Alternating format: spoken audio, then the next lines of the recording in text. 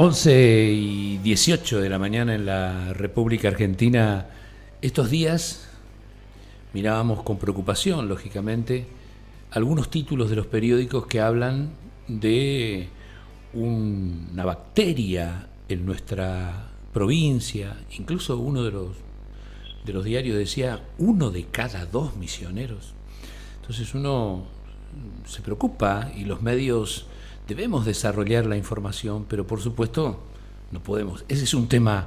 Podemos hablar de política, recién hablábamos con la directora de turismo, podemos hablar de un montón de cosas. Ahora, cuando se trata de la salud, debemos recurrir a los profesionales que nos pueden hablar y nos pueden explicar de qué se trata.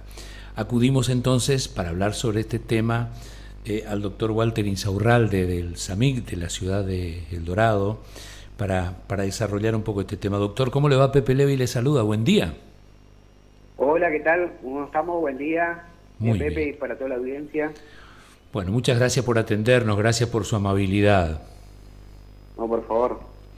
Bueno, ¿qué es esta bacteria que preocupa y que existe? Y si es que es una bacteria que ya estaba y que recién ahora le visibilizamos o le damos o le potenciamos, ¿qué nos puede decir al respecto? Bueno, Pepe, te comento. La bacteria, el Helicobacter pylori, es una que está hace mucho tiempo. Bueno, como dicen en varias por noticias, la bacteria silenciosa es una bacteria en el estómago, si bien no forma parte de la flora bacteriana habitual de nuestro cuerpo, pero bueno, algunos pacientes quieren desde la infancia. La forma de transmisión son alimentos contaminados, el agua potable, la contaminación interpersonal, digamos, de besos, compartir cepillo de dientes, etcétera.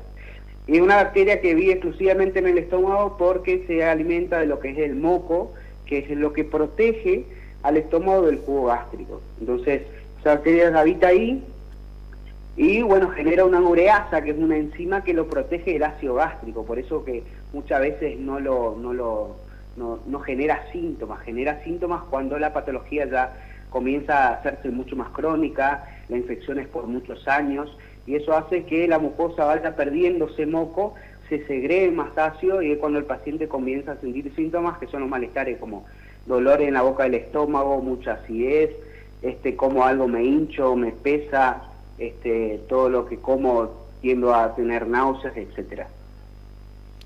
Esos son los síntomas principales. Exactamente, esos son los síntomas principales. Cuando el paciente consulta por esos motivos, es cuando uno ya entra a sospechar, ya pasando una edad que es a partir de los 45 años, y se incrementa inclusive en aquellos pacientes que toman mucho alcohol, fuman, etcétera. Doctor, ¿y eso se sabe, por supuesto, a través de un determinado análisis? ¿Qué hacen ustedes cuando un paciente se le acerca y les da a conocer esos síntomas? Bueno, en el momento que el paciente se involucra en la consulta, nos empieza a comentar esos síntomas, nosotros vamos haciendo preguntas puntuales para descartar dolencia estomacal, ¿no? Por supuesto, pero bueno, teniendo en cuenta el nivel que tiene el paciente, los síntomas que nos va contando, la edad, los hábitos, por ejemplo, como te decía, el tema de tomar mucho alcohol, fumar, nosotros vamos reuniendo todos esos datos y es lo que nos lleva a nosotros a determinar si ese paciente es pasible a hacerse una endoscopía con tomas de biopsia, que nosotros tenemos 3 formas de descubrir a la bacteria. Una con el test del aliento, que detecta ureasa, que produce justamente esta bacteria. La endoscopía principalmente, que es el gold estándar, porque nosotros tomamos biopsias y mediante anatomía patológica identificamos la bacteria. Y el otro test es de materia fecal, antígeno de materia fecal. El paciente junta materia fecal, se lo trae a analizar en los centros donde se analiza, y ese test nos dice si es positivo o negativo para la bacteria. Esos son los 3 modos de saber. Y ahí comienza, de acuerdo a la complejidad seguramente del estado de la bacteria o de la enfermedad, comienza un tratamiento muy fuerte, muy duro, o tiene que ver principalmente con la dieta.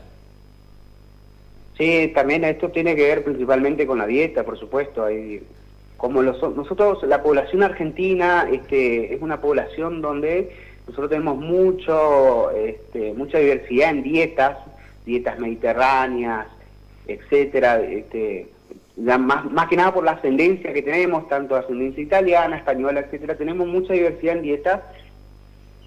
Si bien Argentina no es una población que tiene un aumento significativo de la prevalencia del Helicobacter pylori, pero bueno, en los pacientes que justamente encontramos esa bacteria, nosotros la tratamos con antibióticos.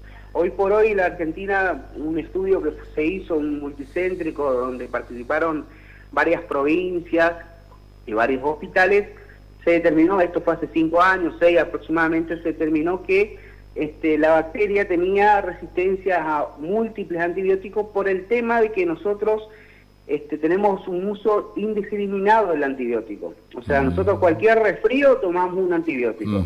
Nos duele la garganta, tomamos un antibiótico. ¿Qué pasa con la bacteria? La bacteria adquiere resistencia a ciertos antibióticos y cuando hay que tratarla, esa bacteria es resistente.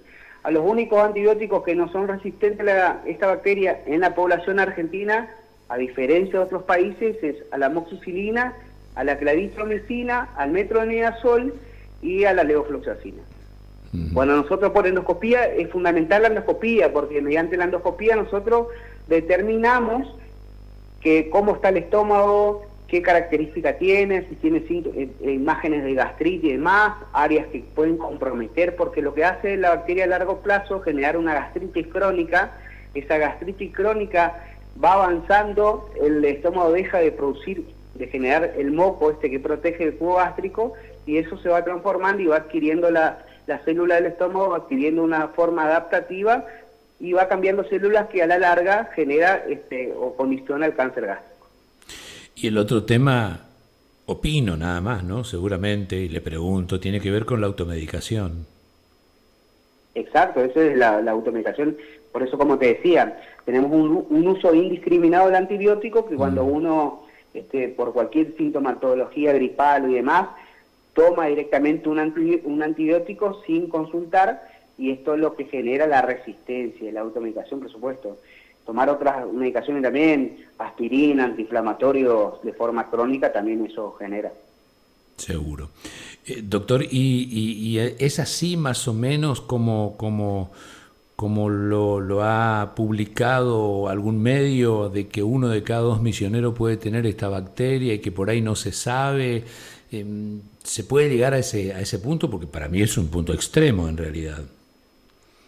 Sí, el 50% de la población argentina la padece. Si bien no te decía anteriormente, esto es una bacteria que se transmite forma por boca, ya sea por alimentos que están contaminados, agua que no es potable. La bacteria puede a lo largo de los años vivir tranquilamente sin generar síntomas. Cuando comienza a generar síntomas es cuando el paciente consulta. Nosotros le tomamos las biopsias, vemos que está la bacteria y directamente la tratamos. Pero el 50% de la población argentina la padece. Mira usted. Inclusive nosotros dos, y accedemos a hacernos un test, podemos que tengamos la bacteria, pero no así nos genera síntomas. Claro. Y recordar otra vez cuáles son los principales síntomas. Los principales síntomas, cuando el paciente llega a la consulta, es cuando tiene pesadez en el estómago. Ese paciente que dice, ¿cómo me cae pesado? No tengo buena digestión, lo que comí al mediodía me dura toda la tarde, tengo muchos eructos, me siento lleno, saciado, empiezo a tener dolor en la boca del estómago, me genera un dolor, me oprime, la acidez, algo que me sube, una cosa amarga que me sube por la garganta, me levanto a la mañana con carraspera, afónico.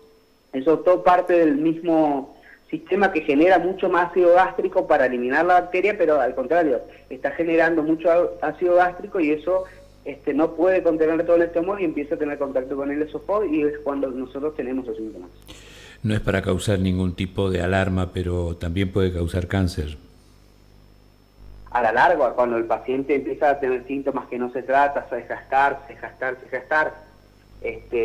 y llegaba el momento cuando nosotros le hacemos una endoscopía y vemos un patrón que no es normal de la mucosa del estómago, tomamos biopsia y a lo que llamamos nosotros el cambio mucoso, el cambio de células, que es metaplasia, es cuando la célula se está adaptando a ese germen, a esa condición. Entonces ese cambio que se llama metaplasia y que a la larga va generando el cáncer gástrico. Si bien no tenemos una población, una prevalencia aumentada en cáncer gástrico, por las diferentes formas, como te decía, las diferentes formas de dieta que hay en la Argentina, a comparación de Chile, Japón, que tienen un aumento significativo del cáncer gástrico, pero bueno, cuando se diagnostica el cáncer gástrico, que no supera el 10% en la población argentina, pero cuando se diagnostica es porque justamente fue culpa de esta bacteria que no se trató.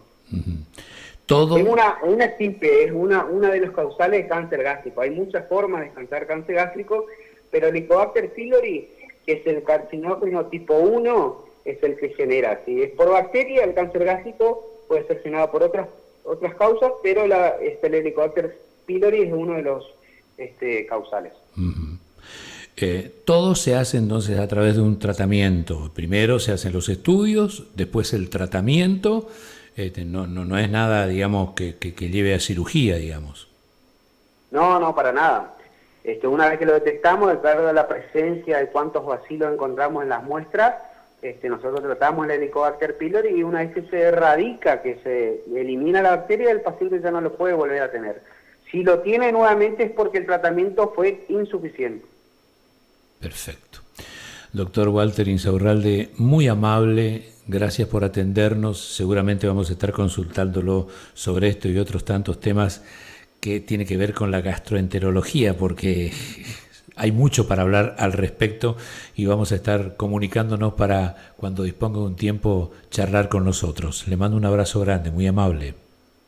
Un abrazo para vos también, Pepe, y para toda la audiencia. Muchas gracias. Hasta luego. Hasta luego.